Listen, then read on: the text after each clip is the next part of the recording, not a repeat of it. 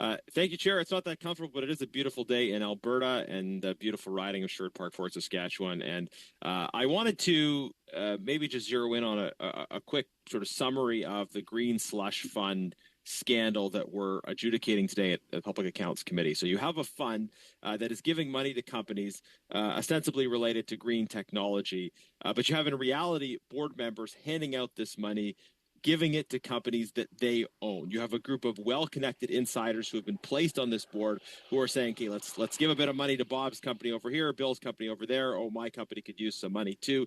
That is the essence of this scandal. In some cases, you had directors stepping out of the room for those votes that benefited their companies. But in some cases, you also had individuals voting on disbursements that directly benefited companies they own. And it's crazy to me and to many Canadians that this sort of thing could happen. But on the other hand, it is part of a pattern of corruption we're seeing under this government over the last 9 years. And the testimony we're hearing today is to suggest that maybe there's been some changes in the way this program operates. But what I'm getting here is that things have not changed substantially, that we are facing the same problems, the same potential problems of corruption and self-dealing. So I want to drill down on that.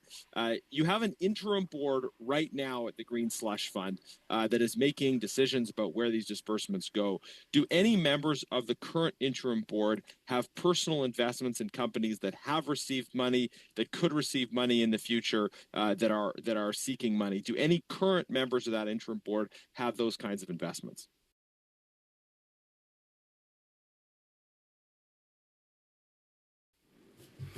So, Mr. Chair, it's not a question I'm in any position to address directly. You have to address that to the individuals involved.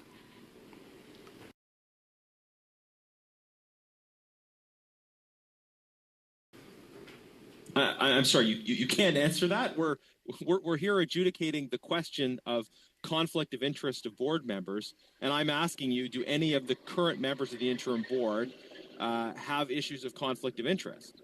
Well, why can't you answer that, sir? So, Mr. Chair, the interim board in no way reports to NRC. Doesn't fall under any jurisdiction. We have our policy for conflict of interest. Obviously, the appointment process used for those interim board members is what applies to their appointments and any work that was done to review matters of conflict of interest. So I can't speak to it directly from the NRC. So it's been 9 years. You have board members that are benefiting directly from decisions of the board, sometimes stepping out of the room when those are voted on, sometimes not. And we have, at present, a board where there may or may not be continuing issues of conflict of interest. That underlines the fact that despite all the discussion around this scandal, the government has not fundamentally changed what's happening. Now, the proposed future transition to these decisions being under the auspices of the National Research Council. This committee has studied the problem of public servants themselves owning companies or being involved in companies that have been benefited from government contracts. So can you tell us, sir, with respect to this future proposed transition to the National Research Council, do any National Resource Council employees, NRC, National Research Council employees have investments in companies that receive funding through this slush fund or that could receive that funding? So, Mr. Chair, in regards to conflict of interest of our employees, it's explicitly clear that they are not to have investments in companies in which they're with whom they're working. And absolutely that's reviewed when they join us, and it's reviewed on an ongoing basis. And it's quite critical, obviously, given the matter of real conflict of interest that would put them in if they were to do so, let alone any involvement in the past that could have a concern around perceived conflict of interest. Thank you. In the time I have left, do any ministers, political staff, PCO staff, PMO staff, anybody who could be involved in directing NRC's decisions, would any of them be able to have investments in companies that benefit from disbursements through this Green Slush Fund?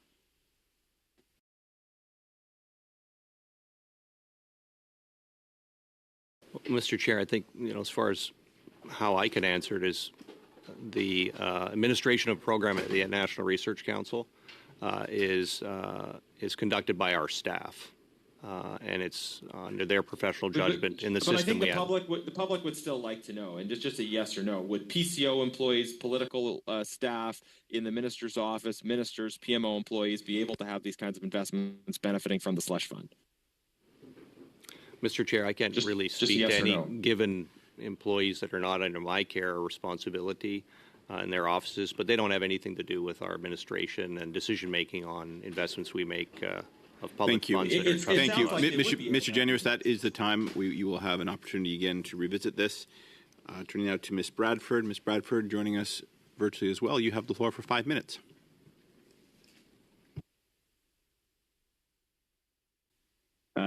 Thank you, Chair. The sun was in my eyes. It's very clear that this is the same old SDTC, despite claims about changes. This NDP Liberal government's corrupt green slush fund, loaded with conflict of interest. It hasn't changed because it's still being administered by a board using exactly the same model. And the NRC can't answer questions about basic conflict of interest issues that are ongoing. Now, the constant theme that we have at this committee on various issues here, public accounts, is that when things go wrong, the ministers apparently have nothing to do with it. They always want to describe themselves, and Liberal members want to describe ministers as mere passengers on the ship of state.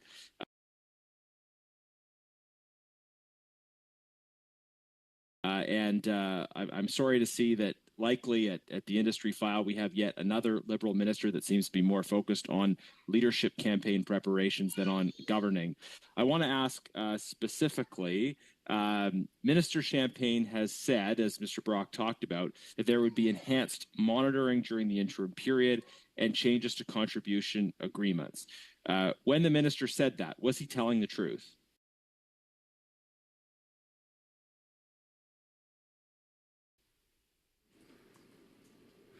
Mr. Chair, I think the previous testimony taken here about the interim period and the monitoring, the review of the files, the AG's observations and those being accepted by the department and SDTC are important. They're there on the record to establish how things will proceed. Just answer the question. I mean, was the minister, who you report to as well ultimately, was the minister telling the truth when he said they were putting in place changes to contribution agreements and enhanced monitoring? Was Minister Champagne telling the truth? Yes or no?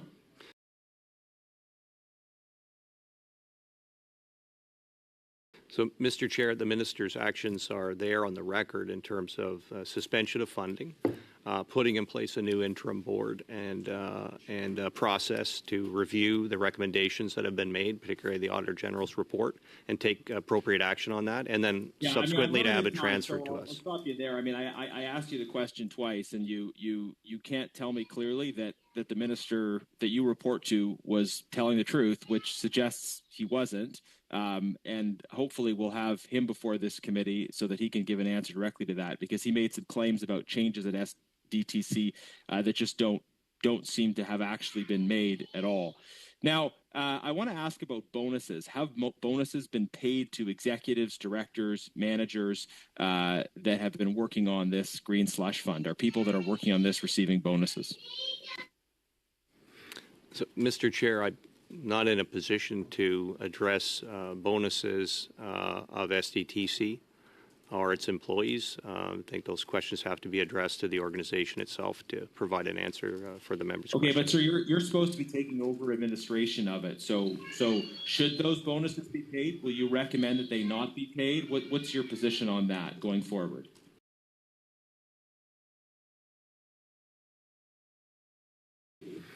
So, Mr. Chair, I think the employment of SDTC employees is subject to their arrangements with the foundation. At the point in time they become NRC employees, then it'll fall under our regime for compensation, and that's a completely separate employer, and obviously we'll count for what we're doing with those employees once they join our organization. Should they receive bonuses, though? Mr. Chair, I have no views to share with the committee in terms of, the work of SDTC employees and bonuses. That's something you should address to the organization itself. Okay, I mean, with you taking it over, I would have hoped for a little more on that. But final line of questioning here: would ministers or liberal political staffers be able to invest in companies that benefit from this green slush fund? Would any have investments? Would any be able to receive those investments? So, Mr. Chair, without speculating, I think the question is really any of these people that have been mentioned in the question is what conflict of interest procedures apply to their own roles, and I think you'd have to address that to those individuals and in the circumstances. Certainly nothing I can give an account to. Sorry to jump in, but NRC is going to be responsible for giving out this money. So what conflict of interest procedures would apply to dispensing those funds? Mr. Chair, as I said, the conflict of interest policy of the National Research Council will apply to any program that comes under our care. And certainly in this case, it will apply to the Sustainable Development Technology Programming funding that we will have care of once we've had it transferred. Have rules that would prevent this kind of conflict of interest, that would prevent political staffers, ministers who own companies from having those companies benefit. Do your rules prevent that? I think it's a simple, clear question, and I'm not getting an answer. Can you give a clear answer? Would your existing policies allow staffers, ministers to benefit? Yes or no?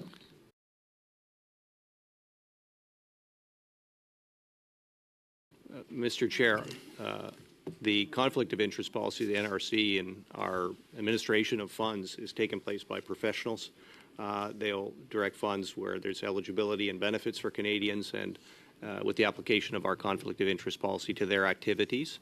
And we take those decisions within the National Research Council. Thank you, Mr. Genuis. That is... Chair, I'd like to raise a point of order. I'll hear a point of order. Yes, Mr. Genuis. Thank you, Chair.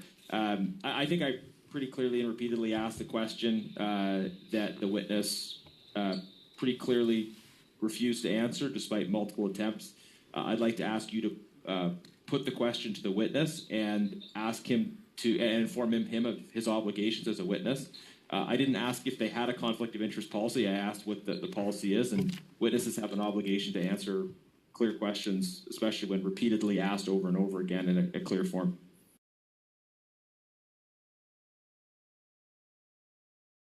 Thank you, Mr. Genuis. I have a point of order as well from Ms. Khalid. On that same point of order, Chair, I don't think that is a point of order at all, and I don't think that that we can force an answer from witnesses.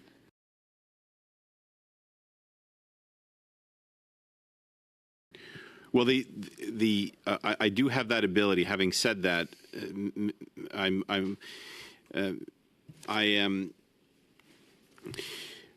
Mr. Davies is here. He's answering questions. We might not like the answers. I think his non-answers speak for themselves. You will have one other round, the official opposition. You're welcome to press it again. I am going to move on.